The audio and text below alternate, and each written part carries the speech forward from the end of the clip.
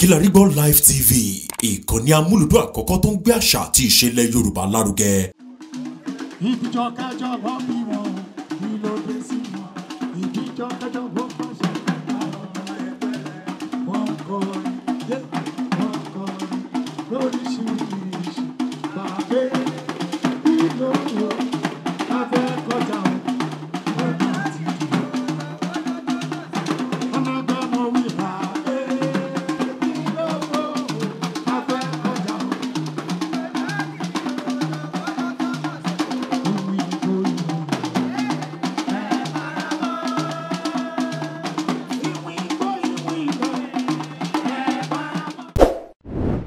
Kilarigbo Live TV. The First Lady of Lagos State,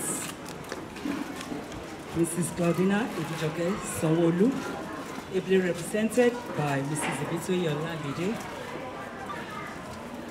the Ambassador to the African Union, Mrs. Lara Fashola, Director, the TGPS District Education District 3, Dr. Oyetola Olufunke, ably represented by Mrs. Odusi Titus, the ES, the Executive Secretary, Mr. What's the name now? Sorry. Honorable Producer Mobolaji Avari. All courtesies duly extended. Let me stand on the already established protocol. I bring you greetings from the Honorable Commissioner of Education, Honorable Mrs. Folashade Adebisayo, the mother of 11 million children still counting, because we are adding the Brazilian children included now. And I bring you greetings also from Permanent Secretary, Mr. Abayomi Abolaji. They would have loved to be here, but for the exigencies of duty. So they asked me to bring their warm greetings to everyone over here present. Languages from time immemorial has been a bridge breaking barriers. It is one of the tools for communication. Lagos State policy on education places a high importance on the teaching and language of all languages through the Lagos State's Multilingual International Resource Center, located in 6 education districts all over. And coincidentally, I happen to be the director of Multilingual Center of the Ministry of Education, whereby we learn all languages: Chinese, we have French language, we have Chinese language, and so at present, we have our Lagos State students studying Chinese in University of Lagos. Orúkọ mi ni Táíwò Èjìrí Òyìnlákì Ọlọ́ládé, ọmọ bíbí Salvador. Kí ni a rí gbọ́? Nǹkan tí a gbé wá lénìí òun ni èdè Portuguese language. Èmi jẹ́ ọ̀kan nínú àwọn adarí BDA Popo Aguda, which is Brazilian Descendants Association, popular known as Popo Aguda Brazilian Quarters. Èdè Portuguese yóò jẹ́ èdè tí a máa ń sọ ní ìgbà yẹn. Èdè tí àwọn baba ńlá baba tèmi tí wọ́n kó wá nígbà tí wọ́n kó wọn ní ẹrú, wọ́n lọ sí ìlú Brazil. Nígbà tí wọ́n ṣe tán tí wọ́n padà wá, èdè tí wọ́n sọ rèé, èdè tí wọ́n mọ̀ rèé, nǹkan tí wọ́n fi ń ṣe business, tí wọ́n fi ń communicate láàrin ara wọn, òun ni èdè yìí. So nígbà tí èdè yìí dẹ̀ ti wá di pé ó ti wá ń lọ sí òpin, kò sẹ́ni tó ń sọ mọ́, àwọn arúgbó wa nìkan ló ń sọ. Àwọn ọmọ wa kéékèèké yìí náà need láti máa sọ why tí a lè gbé èdè yìí padà wá sí agbègbè wa fún àǹfààní àwọn ọmọ wa. Òun la ṣe ní lénìí yìí ká bẹ̀rẹ̀ èdè yìí. Kíkọ́ èdè yìí ó ṣe kókó. Ìjọba ìlú Brazil wọn ló fún wa ní àǹfààní láti gbé ìpín èdè náà sí ibi báyìí, especially inú community wa.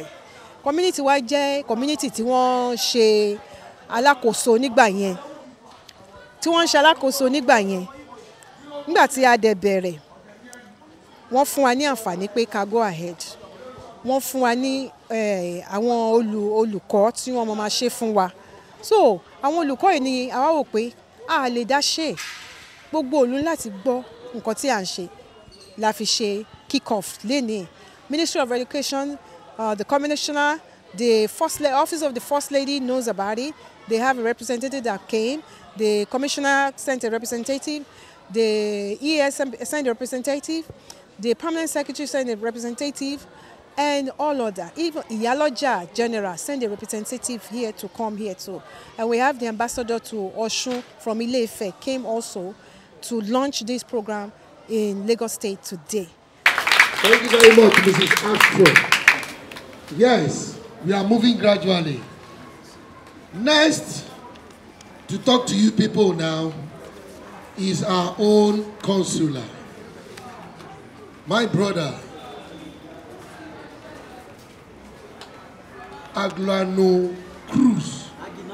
Aguinaldo. It is not in my mouth yet. It's called Aguinaldo. Yeah, Aguinaldo Cruz. All of you pronounce that name. Aguinaldo Cruz. You're welcome, sir. Over to you, sir. A round of applause for him.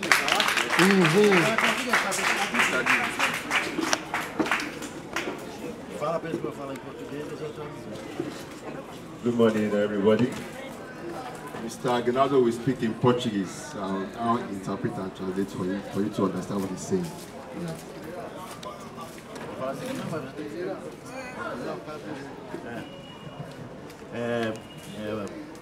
Boa tarde. Eu gostaria de agradecer em nome do Consulado Geral do Brasil. Good afternoon, everyone. We would like to appreciate all of you and thank you for coming in the name of the Consul General of Brazil. Por as pessoas aqui aprenderem português. Eu sei que é uma língua difícil, mas vai ser para todo mundo. Or the fact that you're all here to learn Portuguese language, although it may appear as if it's a very difficult language, but definitely it's going to be very interesting to each one and every one of you here. E para terminar, espero que todos vocês, as crianças, dia possam ir ao Brasil visitar a nossa cidade maravilhosa. And finally, we're wishing every one of you here that after you must have learned the language, you have opportunity to visit Brazil, a very wonderful country, that you're all welcome to that marvelous country. Muito obrigado por tudo. Muito obrigado. Èmi ni Graciano Oladipupo Martins, President, Brazilian Descendants Association, Lagos. So ohun tí a ṣe lónìí ni pé a jẹ́ kí àwọn èèyàn mọ̀ pé ìfẹ́ inú àwọn baba ńlá wa tó tẹ ìlú Ìdó ni ẹ̀kọ́ tí a dẹ̀ gbé sílẹ̀ a fẹ́ kó bẹ̀rẹ̀ láti àwọn ọmọ kéékèèké iléèwé tó jẹ́ pé tàwọn àgùdà tó wà nítòsí. Nǹkan tá a fẹ́ kọ́ wọn ni pé kò ń ṣe Ìgẹ̀ẹ́sì nìkan ló yẹ kó mọ̀, ó yẹ kó tún gbọ́ èdè míì nítorí tá a bá wò lọ sí Kútọ́nù, ní Kútọ́nù French ló ń sọ, wọ́n gbọ́ French, wọ́n tún kọ́ wọn ní English, wọ́n kọ́ wọn Portuguese, wọ́n ní àǹfààní èdè mẹ́ta níbẹ̀, bẹ̀t lọ́dọ̀ wa ń bí èdè kan. Àwa wá fẹ́ ṣe pé káwọn ọmọ kéékèèké náà ní ọjọ́ iwájú wọ́n lè di ambassador, wọ́n máa sọ, wọ́n lè ṣiṣẹ́ níbi tí wọ́n ti ń sọ èdè tó máa fún wọn láǹfààní. So ìtorí ẹ̀ la ṣe ìdánilẹ́kọ̀ọ́ kí àwọn ọmọ yìí kó jàǹfààní ara àwọn nǹkan táwọn baba ńlá wa mú wá síbí àti àwọn ọmọ tó fi sílẹ̀ pé a gbọ́dọ̀ má ṣe ohun tí àwọn baba ńlá wa fi sílẹ̀, a gbọ́dọ̀ parun. So ìdí ẹ̀ la fi ṣe ní ọ̀pọ̀lọpọ̀ nǹkan ni ó máa tìdí ẹ̀ wá ni pé táwọn ọmọ ìbá gbọ́ èdè tó kàwé wọn tó ṣe school start wọn tán tó dẹ̀ ti gbọ́ èdè tó mọ̀ ọkọ̀ tó mọ̀ ọkà wọ́n máa fún wọn ní àǹfààní láti lọ kàwé ní Brazil. Brazilian government á wá fún wọn scholarship yẹn wọ́n á fi kàwé èyí tó bá tún fẹ́ lọ síwájú á tún dúró bẹ́ẹ̀ á tún kà á so àǹfààní ńlá gan ni so inú wa dẹ̀ dùn pé n ta gbé sílẹ̀ àwa àti Brazilian embassy lẹ́kọ̀ọ́ ni a ṣe ìgbésílẹ̀ ètò yìí. Is our own first lady, ably represented by Mrs. Olamide Ibitoye. Representing the first lady, Mrs. Sanwo-Olu. Continue clapping. Aha. Clap very well. All right. Thank you.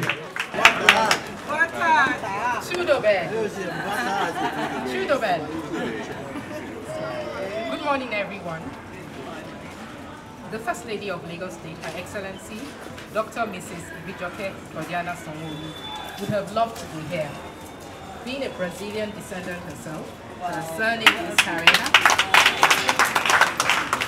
But due to the exigencies and earlier scheduled activities, she was unable to make it. So she has asked me to represent her and to read the speech that she would like delivered at this event. Incidentally, I happen to be a Brazilian descendant myself. Welcome back home. My surname being Chozais. I also have in the audience the Callisto and the Salvador, and we have the Dalmidas, the Rodriguez, and all as our cousins. I grew up on the island on Tokumbo Street. That's good. And it was popularly called Coco Aguda.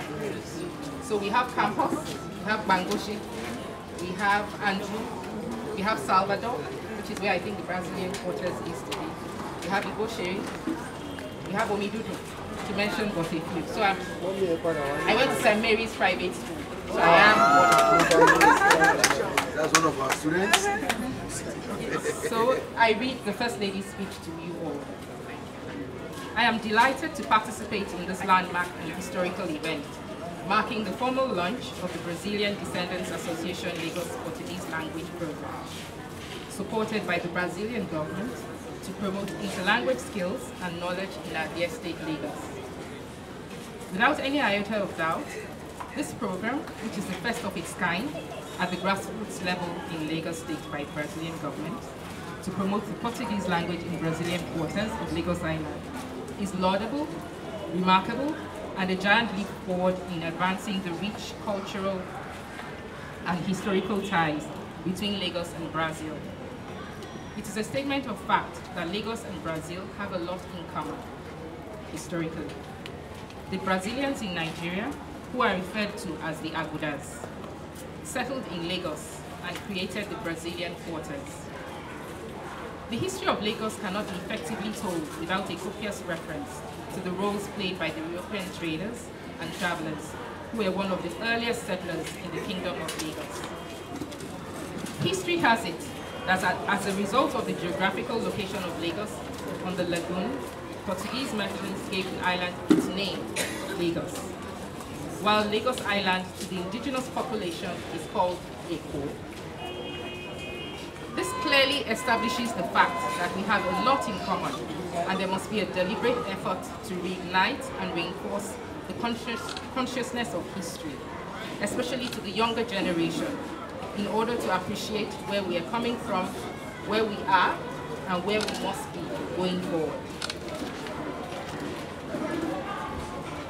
Therefore, on behalf of the good people of Lagos State, especially the Brazilian Descendants Association, let me warmly appreciate the Brazilian government through the Brazilian Consulate in Lagos for the awesome initiative designed to support and promote the teaching of the Portuguese language. Orúkọ tèmi ni Olúrẹ̀mí Da Costa, èmi ni General Secretary Brazilian Descendants Association Lagos. Program Portuguese language course tá wá ṣe ó jẹ́ nǹkan ìdùnnú fún wa nínú Brazilian quarters Coco Aguda tó jẹ́ village títí wa. Opportunities tó wà nínú ẹ̀ pọ̀ gan because this is the first of afa tí àwọn baba ńlá baba wa dé láti Brazil tó jẹ́ pé àwọn gangan ni wọ́n sọ Portuguese ńgbà yẹn indigenous village wa so àwọn náà àwọn ọmọ wọn náà wọ́n á ráyè àti máa wá learn Portuguese language yìí àti pé àǹfààní kejì tó tún wà ń bẹ̀ ni pé ó tún máa fún àwọn èèyàn wa ní opportunity láti lè máa lọ ṣe scholarship tí Brazilian government fún wa nípasẹ̀ agreement tí wọ́n ní pẹ̀lú Nigeria as a country so I think wọ́n máa ń pè ní PEG àti PEG àti PEG so àwọn scholarship yẹn ó fi àǹfààní lẹ̀ fún àwọn ọmọ wa àwọn èèyàn wa láti lọ kàwé ní Brazil free tuition program yẹn ní Brazil so àǹfààní yẹn dẹ̀ pọ̀ ó tún ju ọ̀rọ̀ education ló tún lọ sí tourism náà nítorí Nàìjíríà àti Brazil ó dàbí ọmọ ìyá àti ọmọ bàbá ni ẹ̀gbọ́n àtàbúrò ni wọ́n so culture Brazil tí àwọn baba ńlá baba wa gbé wa padà sí Lagos Nàìjíríà a ṣe ń ṣe nínú àdúgbò wa bí a ṣe ń ṣe ń bí so a fi àyè yẹn lẹ̀ fún àwọn Brazilians tí wọ́n bá wá síbí àti àwa náà láti lè communicate pẹ̀lú wọn láti máa lè àwọn sọ Portuguese so ìyẹn lásán á lè jẹ́ kí Nigeria generate more guests wá sí Lagos State àti Brazilian quarters gbogbo àgùdà. Ìdíjọ kájọ wọ́n bí wọn kí ló dé sí wọn ìdíjọ kájọ wọ́n bá ṣe wọ́n kọ́ lóríṣiríṣi bàbá ìlú abẹ́ kọjá ọ̀nà àti ìdíjọ ọ̀nà gbọ́mọ wí bàbá ìlú abẹ́ kọjá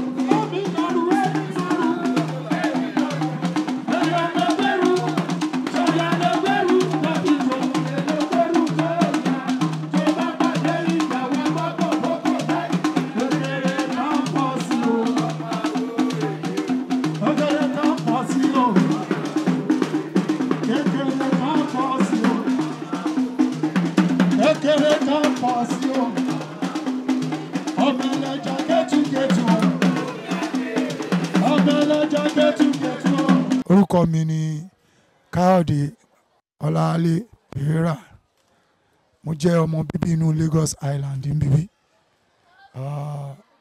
téèyàn bá dẹ̀ ti gbórúkọ ẹ̀ tó jẹ́ Pereira á ti mọ̀ pé ọmọ bíbí inú community gangan ni and I'm one of the Brazilian descendants member ẹgbẹ́ ẹ̀ ni mi BDG now máa kọ́kọ́ dúpẹ́ lọ́wọ́ Ọlọ́run àti àwọn èèyàn kí nìdí ọpẹ́ mi ni pé tí a bá lọ wò dáadáa opportunity ni gbogbo nǹkan láyé and once opportunity tó bá ti wá téèyàn bá ti tètè mú opportunity yẹn máa lọ tá a bá wò dáadáa nǹkan tó ń ṣe ń bí ilé ni tí wọ́n launch Portuguese language fún àwọn ọmọ community láti gbọ́ láti lè máa sọ in fact tó máa ń sọ̀rọ̀ pé èèyàn mú nǹkan tó dá wá sí community a dúpẹ́ lọ́wọ́ madam wa Ọlọ́ládé Táíwò Salvador nítorí pé nǹkan tó ṣe yìí ká pàtì yẹ̀yẹ́ tì kò sí ọmọ community kankan tó lè sọ pé mo ṣe ju nǹkan tó ṣe lọ irọ́ ó ti ṣe léyìí Ọlọ́run tó dẹ̀ gbà fún láti ṣe kò ní rẹ̀ ńlẹ̀ o ajẹ́kọ̀ọ́ ẹ̀ máa lọ sókè sí gbogbo èròǹgbà ẹ̀ sí community dáadáa ló máa bọ́ sí lágbára Ọlọ́run torí pé wọ́n ní bíbí rẹ̀ ò ṣe fowó rà tábà wò dáadáa ó ṣó bíbí rẹ̀ ó ṣó pé ibi tí wọ́n ti bíhùn ilé rẹ̀ ni ọmọdé dẹ̀ lòun náà lágbára Ọlọ́run kò ní jájú rẹ̀yìn o iwájú tó ń lọ ẹ̀ náà ló máa lọ àwọn àtàdé wa community náà I really appreciate torí ọmọ àdúgbò yìí ni mí èmi náà màá fàǹfààní sọ fáwọn àtàwọn àǹtà mẹ́ẹ̀ tí a bá ti ríru nǹkan báyìí ẹ jẹ́ ká máa mú wá sí community ẹ jẹ́ káwa náà ká máa mú àwọn ọmọ wa kó máa join nǹkan tí wọ́n bá ń ṣe irú gbogbo ọmọ kéékèèké tó wà ládùúgbò ń sìn tó yẹ pé yes wọn ò ní nǹkan kan tó ń ṣe wọ́n ti jẹ́ ká mọ̀ pé kínní ìwé kíkà láìsí ẹ̀kọ́ ń bẹ irọ́ ni ṣùgbọ́n wọ́n ti fún wa ní ìwé láti kà that is wọ́n jẹ́ ká mọ̀ pé teacher wà fún Portuguese language nínú àwọn iléèwé wa ní primary school léyìí tèmi dẹ̀ mọ̀ pé tó bá ti bẹ̀rẹ̀ primary school ó máa extend dé secondary school by God grace and gbogbo àwọn ọmọ tó wà ní community àwọn mi àwọn àtàjẹ́ elders àwọn bàbá mothers and fathers tó wà ní community language ó máa useful fún wọn lọ́jọ́ iwájú ọmọ tó bá ń gbá bọ̀ tí ò gbọ́ language ìlú tó lọ tó gbọ́ èdè ibi tó ń sọ tó bá jẹ́ ibi tó náà ti máa gbọ́ tó máa ti sọ language ẹni tó bá lọ bẹ̀ ó máa favour ẹ̀ so from there òun náà ní opportunity kò sí ìlú tó bá lọ tó bá gbédè ibẹ̀ àbí tó bá lọ sí another country tó ń gbédè tó lè ṣèdè lóríṣiríṣi in fact wọ́n máa appreciate ẹ̀ we really appreciate what happened here today. Can you all spare me till tomorrow? Yeah, because of the joy that I have. Can you guys stay with me till tomorrow? Wow. Thank you all. I really appreciate today. Like I said in my speech earlier, you guys are setting the pace. You are setting the pace for bilingual in our community. I want to thank everybody from the First Lady to all the protocol. Please, let me just break it down like that. If I continue to mention him, I'll be crying. I want to appreciate everyone. My fathers, my mothers, my children. I have more than 2,000 children. So if you have anything, please channel it to them towards their education. Please. Children, how are you today? Do you learn one or two things today? Yes. Are you sure you're going to come for the class? Yes. Are you ready for the class? Yes. We're not speaking Yoruba. We are speaking now what? I want to say thank you from the bottom of our heart. The BDA Lagos. BDA Lagos stands for a lot in this community. And through that, we are changing the narrative of a lot that concerns our community in the federal government, to the state and to the local governments. A lot of changes have to be made now, and it started with us and you all. So please, when you hear BDA Lagos, Brazilian Descendant Association of Lagos, please give us the honor. Appreciate us. When you look at the whole surrounding, when you go back in history, it comes from our community. We build this community, and we need to stand up and reclaim this community. Coming from the educational sector, through all the other sectors in the community, we want to say thank you, and we appreciate you all. Here's my secretary. Secretary, Eba Mikini, Aro, Osan, Oru, alẹ́ ábú mi màá bu àájà lẹ́yìn àwàǹbí mi ò jẹ́ ó gbádùn kò yẹ kí mi náà gbádùn òun níṣòro láì ní nígbà ẹjọ́ ẹ kò bá mi kí ọ̀pọ̀ rẹ̀ lọ. His name is Remilekun Django.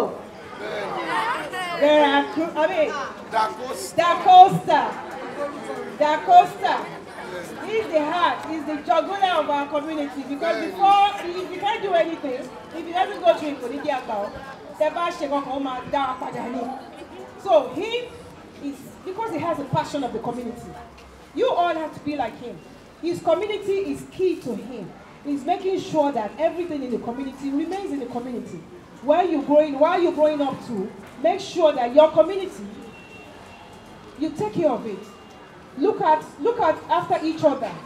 Support your brothers and your sisters. Don't talk bad to them. Don't put them down. If you see them down, try and lift them up. Are you hearing me, guys? Because you are the future. But the future starts now with what we are doing. If we are doing bad, you guys will copy it, right? So we are doing the good things for you to emulate and also for you to take with you wherever you are. So say thank you to the Secretary. Thank you, sir.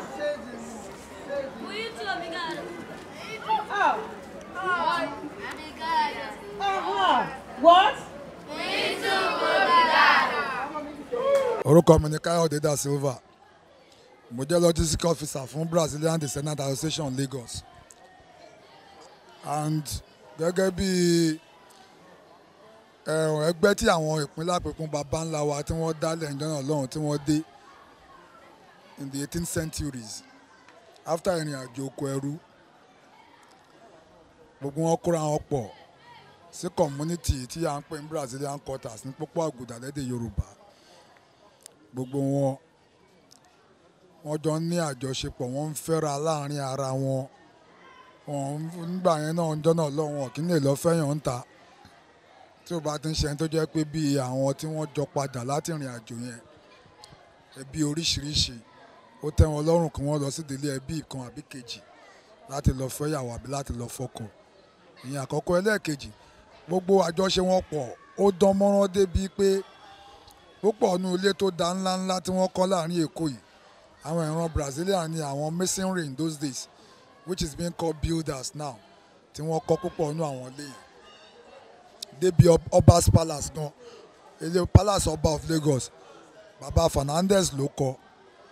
Kí wá ní àlàyé tí mo fẹ́ ṣe ń bẹ̀ ni pé I realize pé most times gbogbo àwọn ọmọ wa tí wọ́n máa ń gba scholarship láti Brazil tí wọ́n bá ti fẹ́ rí exam tí wọ́n bá ti fẹ́ set up exam fún wọn exam yẹn èdè Portuguese ló máa fi ń kọ́ wọn lé exam yẹn tó jẹ́ pé púpọ̀ nínú wọn ẹ̀ṣẹ̀ máa ń ní kó máa lọ ṣe course ní University of Ife kó tó lè mọ èdè yẹn láti fi answer exam yẹn ni bàtà wá rí pé kíní yẹn ń dàbí wàhálà fún àwọn pé àbáwọ̀ ìjọba jẹ́ pé àwa tí àwọn ìran wa lọ fi mú lọ́n fi ná lọ́hùn tó wá ní community ń bí wọn ò ní lè ṣáìtì irú skúlù yẹn sáárín wa ń bí Ọlọ́run tó dẹ̀ máa ń gbàdúrà wá jẹ́ kí ambassador tó wà ní Brazilian consulate lọ́wọ́lọ́wọ́ kó reason along pẹ̀lú gbogbo àwọn èèyàn wa ní Brazilian Descendants láti make sure pé wọ́n gbé skúlù yẹn wá.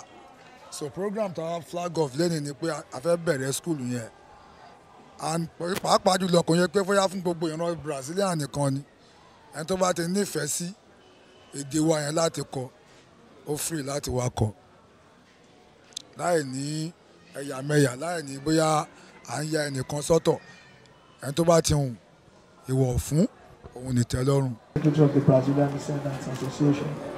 And I want to say a big thank you to all of you for coming and for representing. Thank you very much. Obrigado.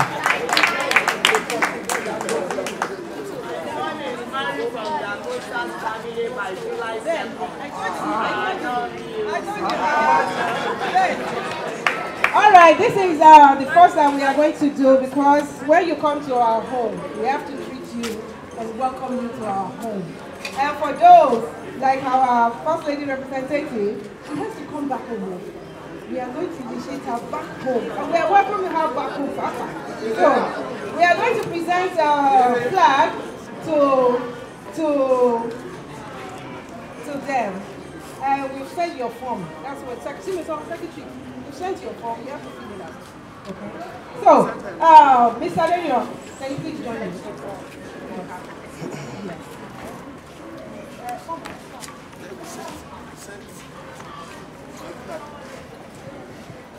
So, Mr. Daniel, this is our embassy representative.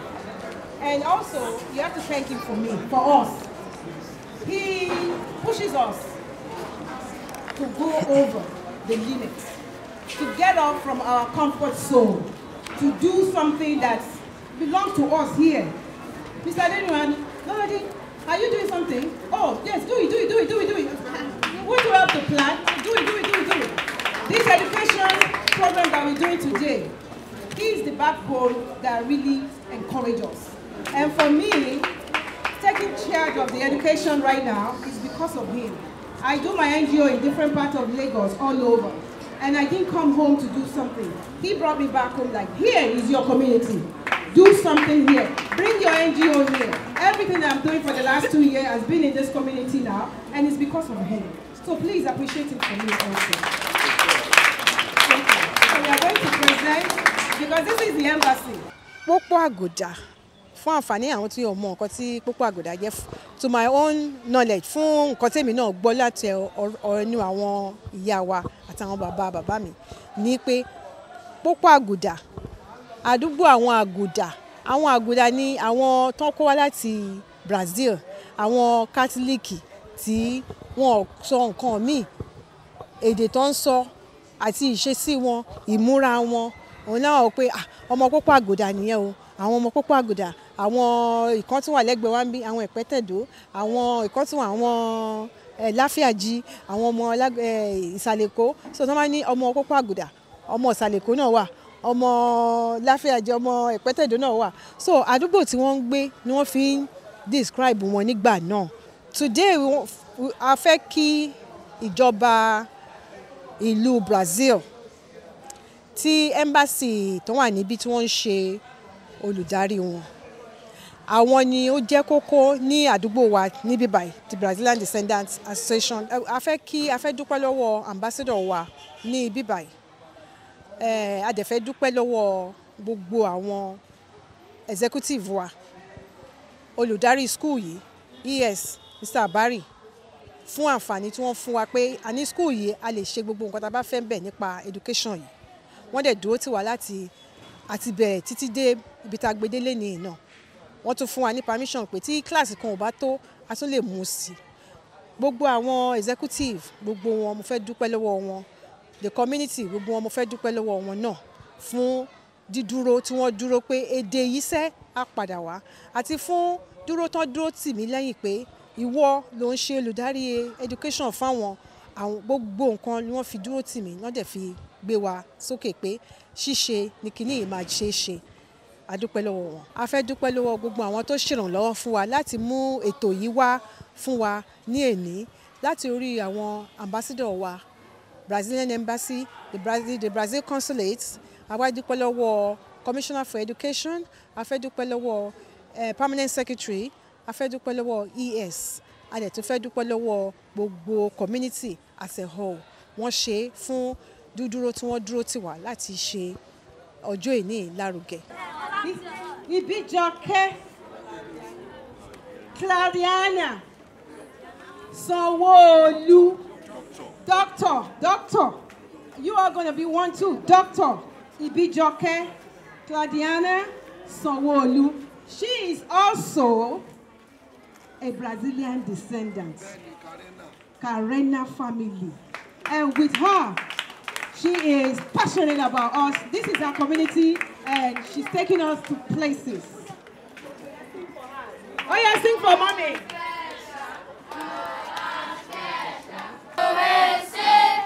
Someone very special, because he's you, because he's you. I am special, look at him, you will see. Someone very special, because he's Thank you guys. First week in July. The application is going to be out by Monday. Every one of you, I'm not going to say if you're interested, everyone must show up for the class. Everyone. Old and young, we have reservation for you. Don't worry. Saturday from 10 to 12, and maybe we will extend later depending on how you guys take the turn up for the class. And Sunday is going to be the day that you will be speaking the language. Sunday is now Portuguese language class here, Portuguese language day. So when you do your training on Saturday, on Sunday, you are going to speak the language because I need to produce at least 20 by December for the 4-year scholarship, free tuition given to us by the Brazilian consulates. So by December, make me proud. I will make you proud forever. Okay? Thank you all. Salvador.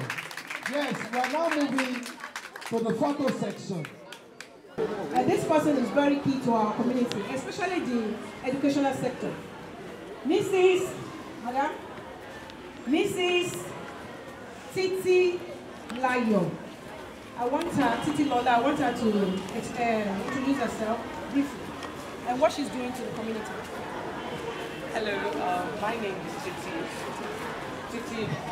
Titi Lola Marino Anigbe. My chief contribution is in the area of the history of the Brazilians. I've traced quite a lot of them that initially came back from Brazil. And I've traced them into Brazil and what they then did when they came back into Lagos Island. So I guess I'm writing a book. Hopefully it will be out with as many people's names, as many families covered as possible. My hope that everybody will identify with someone that is written about. So far I have about 80 of them, well documented, and I'm climbing up the ladder. Thank you so much. Thank you. Thank you very much. Please, I want to create the dollars of the high table for photo section here. You can come forward, photo section, before we do the final closing prayer. Please just come. Ejiraro Hilaki. Ololade Omo Salvador.